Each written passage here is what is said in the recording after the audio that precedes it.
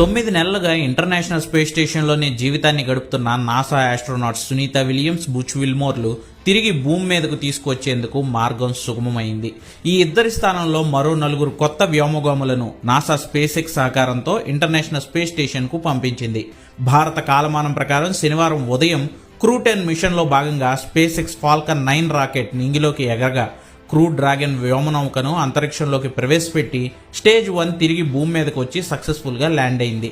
28 గంటల పాటు భూమి కక్షలోనే తిరుగుతూ ఇంటర్నేషనల్ స్పేస్ స్టేషన్తో డాకింగ్ కోసం వెయిట్ చేసిన డ్రాగన్ క్యాప్సూల్ ఎట్టకేలకు ఐఎస్ఎస్తో అనుసంధానమయ్యే ప్రక్రియను సక్సెస్ఫుల్గా పూర్తి చేసింది.